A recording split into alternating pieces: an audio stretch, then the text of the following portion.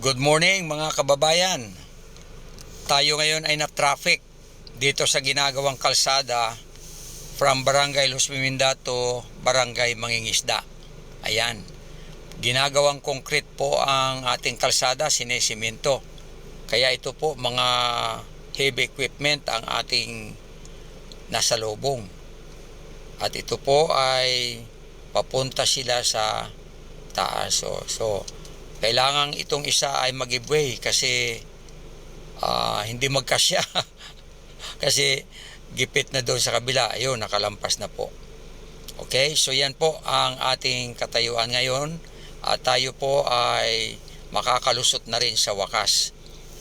At pagkatapos nitong mga heavy equipment na umaakyat, kami naman ay pababa. Ayan. Okay, so hanggang dito na lamang mahal kong mga kaibigan.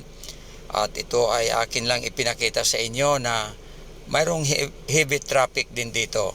Hindi lang sa Metro Manila, kundi dito rin sa mga barangay.